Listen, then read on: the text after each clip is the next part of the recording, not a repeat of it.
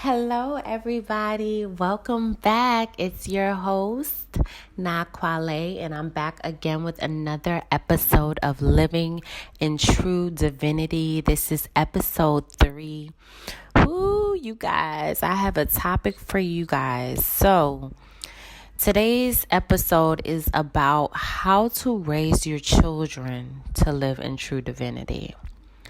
And boy, have I had a week.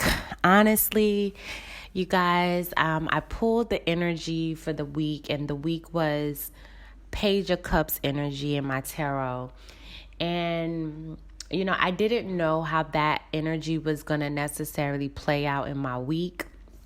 But, oh man, the Page of Cups is all about healing the inner child. And, that was definitely the type of week that I had.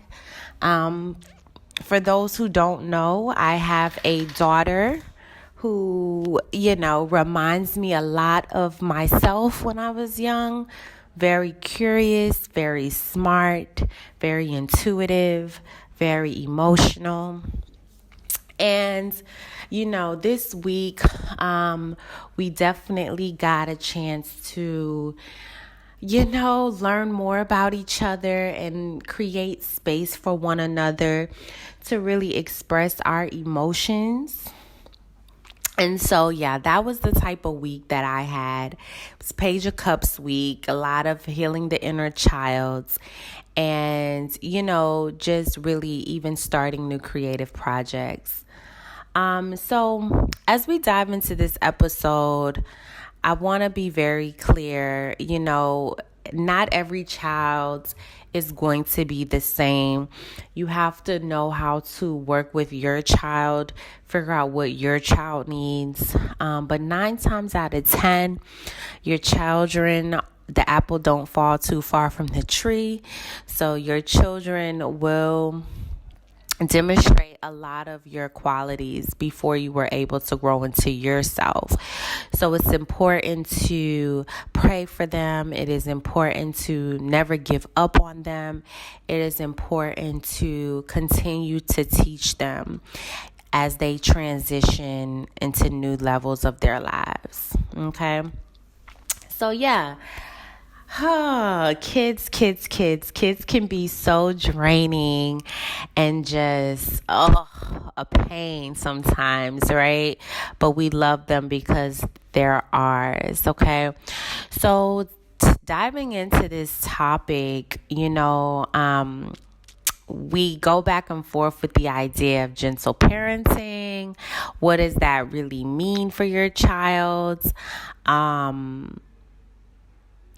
Should you beat your child? How are you teaching your children? I always say when people ask me like, hey, are you having more kids? I'm like, are you going to raise these kids? Because I have one, and honey, she definitely is a handful for me. And so, when people ask me those questions, I just really question, like, how are people really raising their children? Are they raising their children to be true divine beings, or are they just allowing these kids to raise themselves? This week, me and my daughter, we had a bit of an issue, she's going through this phase in her life where, she's not being the most integral, right? She tells these little white lies, and, I find myself constantly repeating, to her, lying is not a good thing. Lying is a sin. Lying puts you in a state of hell. It's a mindset. I told her, you want to be trustworthy. So it's like I'm constantly, preaching to her and, educating her on why lying is not good. And sometimes I feel like, honestly, I am talking to a brick wall. Sometimes I feel like it penetrates her mind. Other times I just feel like, you know, it like it's going in one ear and out the other. But I definitely believe that you need to continue to teach your children, no matter whether or not you think that they're listening or not. I remember being a child, and I remember my mom telling me certain things, and still, I did my own thing. And when things would blow up in my face, I would always remember my mother told me first. So I definitely believe that in order to raise your children in true divinity, you have to be honest with them. You have to let them know your experiences. I don't believe that our kids were just sent to us on a random tip. Like, I feel like they chose us and we subconsciously chose them. And there's a lot of healing and power in those relationships once you have a good understanding of what that child needs, right? And so I definitely feel like the first step to, really embarking on that relationship is getting your child to develop a connection with their higher selves, and I've realized that it is a mind game. It is a mind game, and that is how you tap into your own higher self as an adult, right? You ask yourself certain questions. You learn about yourself by being inquisitive and figuring out your own needs. And the same thing goes for our children. As their parent, you have to be able to be inquisitive. You have to be able to somehow, penetrate their minds, and have them come to their own answers themselves, right? And it will develop a relationship with them, with their higher selves. They will be able to do that once they answer their own questions. But it's your responsibility as the parent to know what questions to ask. So I'll give you an example. My daughter, she's 11 right now. She's in a very, very curious mind state, and I know she's probably going to be there for a while. And so what I like to do is I like to tell her stories. I like to tell her my own personal stories, but I act as though, it wasn't me, right? And what I find out is once I tell her these stories, I always ask her, so what would you have done? What would you have done in that situation? And this prompts her to think like, whoa, what have I done? Do I ever even want to put myself in this position to have to make this decision, right? You kind of give her the responsibility without actually giving her the responsibility. It's all in theory. And that allows her to connect with her higher self and be like, you know what? I have inner knowledge. I have wisdom that was passed down to me through DNA, through my mother, through my grandmother. These women who I trust with my life have told me their stories. And no, we're not all the same, but I trust the foundation that was given to me. And that in return will prompt your children to think on a higher level, right? And explore their curiosity, but in theory and not in the physical, right? So that's one thing that I do with my daughter, to make sure that she is really connecting to her higher self. I also make room to be compassionate for her.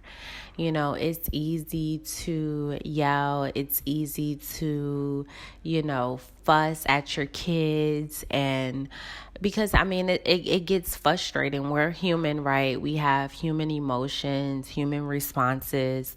And sometimes our kids do things that really shock us and put us in a state of like, just like,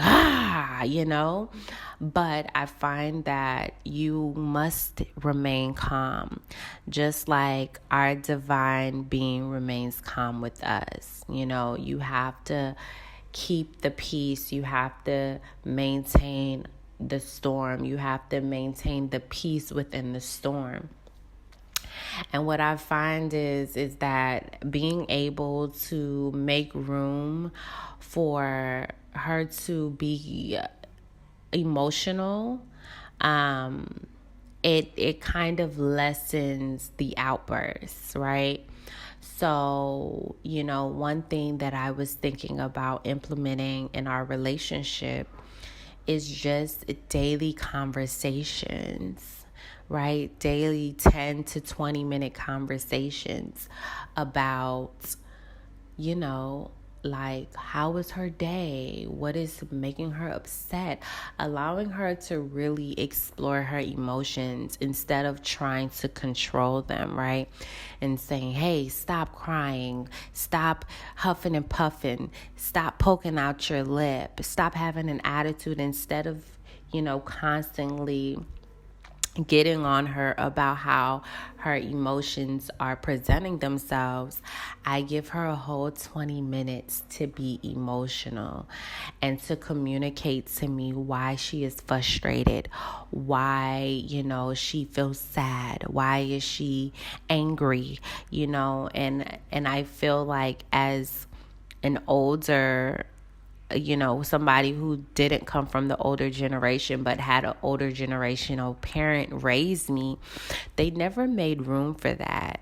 And that left us vulnerable to be in relationships where maybe we weren't with the right people to even, explore that type of vulnerability with, because we couldn't do it with our own parents, the people that we are supposed to trust the most.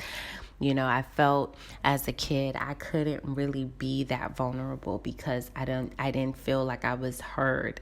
I felt like every time I had a statement about how I was feeling, it was always a rebuttal. It was always a but. It was always, I don't care, And it got to the point where as a kid, I said, hey, they don't want to hear it. They think I'm being dramatic. And I started to be vulnerable in the wrong relationships because I wasn't able to be vulnerable with my own parents. So I definitely realized that allowing and cultivating that space for my daughter to share our emotions and acknowledge, her emotions, it has definitely toned down the tantrums a lot. Now, when we first started this episode, I talked a lot about my daughter and, her telling white lies. This is something that I've been dealing with her for quite some time. And it's very frustrating. It's frustrating because, raising your kid, you want them to have good character. That's it. They don't have to be the richest person. They don't have to be the smartest kid in the class, but you want them to have good character because you know that if you are a divine being, you know that this character is going to allow them to reap so many benefits in this lifetime that maybe they wouldn't get just for having a good, good grades and things of that nature, right? So I think that it's very important to align your children with values and morals and, good character traits and even purpose. A lot of people feel as though, I may put too much on my daughter. My daughter, she has chores. Since we've moved to Ghana, I've been able to see the value system very differently here and how they raise their children. And in the States, or in the Western side of the world, we would think that that is too much responsibility for a child, right? To have to wash the dishes, to clean up after themselves, to wash their own clothes, to, save money, to work, right? And the fact of the matter is that kids need purpose just as much as adults do. They want to help. They want to feel needed. They want to feel a part of the community, right? And when you take that away from them, not only are you not allowing them to grow and learn for themselves, but you're taking away their purpose, their drive, the thing that makes them proud of themselves, right? So I firmly believe that creating routine for them, creating a chore list, creating tasks for them to learn and to have, pride in how they take care of their bodies and their home life is important. And in return, it helps them develop good characteristic traits, whether they care about their things at home. You have some kids who you'll buy them clothes and they'll just dirty them up within that same day because they don't have that responsibility of having to clean their clothes themselves, right?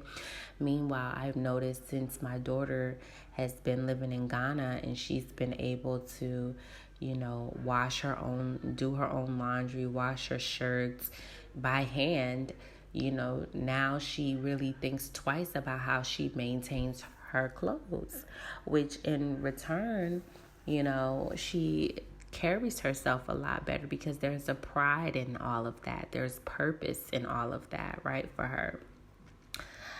So that gives her good character. And with character, we all have flaws, but I feel like it gets better, small, little bit by little bit. And I'm hoping and praying that we get over this phase of lying, And I think the biggest thing too is really being a model for your children. Unfortunately, I was a teen mom. And so because of me being a teen mom, I do feel like my child was exposed to a lot. She pretty much watched me grow up in a way. She's seen me be in toxic relationships. She's seen me live a toxic lifestyle.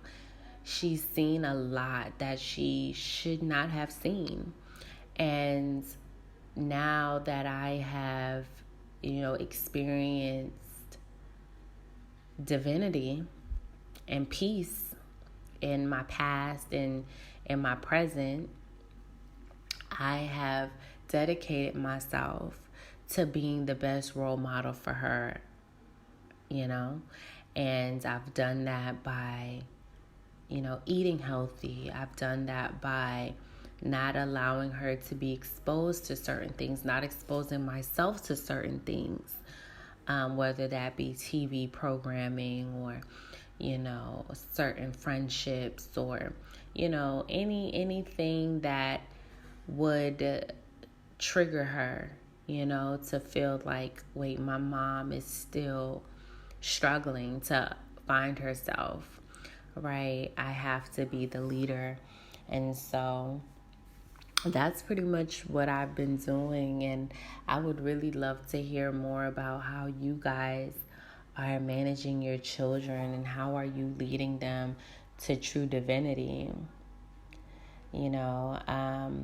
Know that I kind of want to, end the podcast, by saying that it's important to teach your children about spirituality. It's very important.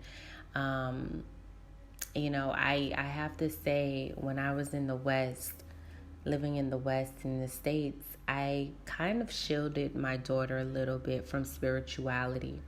I wanted her to develop her own knowledge of, her God and her own religion. I wanted her to lead her own way.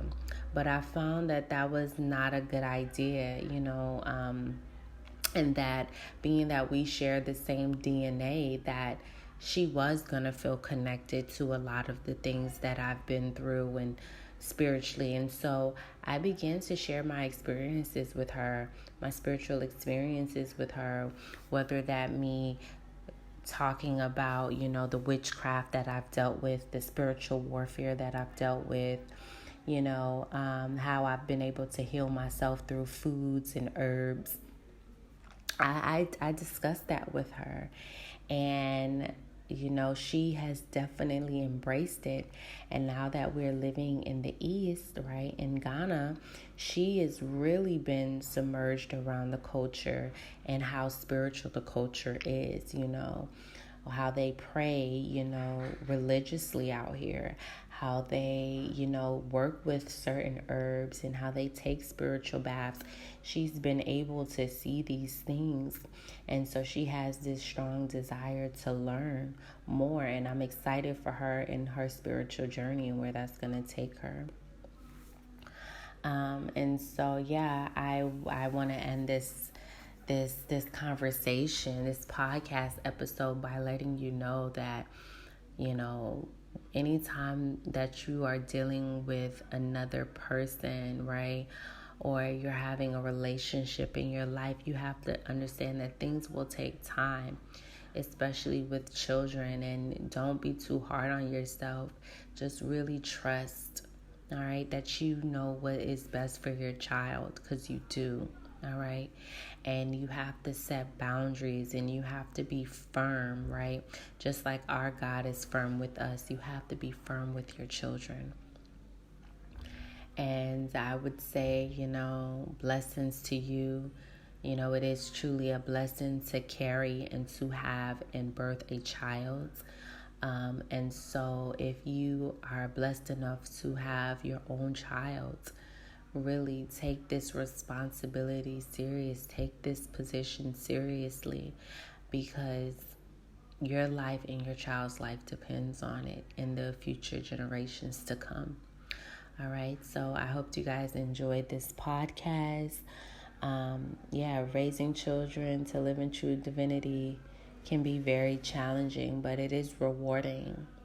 And so I think that I shared some really good tips with you guys on how you can develop the skills and the knowledge to be healthy and happy and live free in these relationships with your children. All right, until next time, peace and blessings to you.